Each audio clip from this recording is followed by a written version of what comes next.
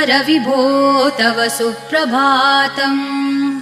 ईषत्प्रफुल्लसरसीरुहनारिकेलपूगद्रुमादिसुमनोहरपालिकानाम् आवाति मन्दमनिलः सह दिव्यगन्धैः। शेषाद्रिशेखर विभो तव सुप्रभातम्।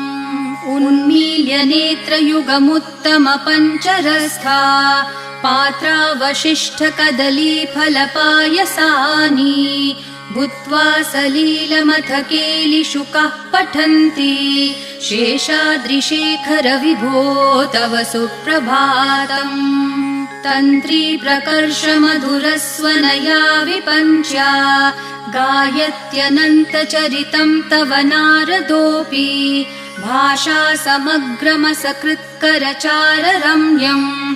शेषाद्रिशेखर विभो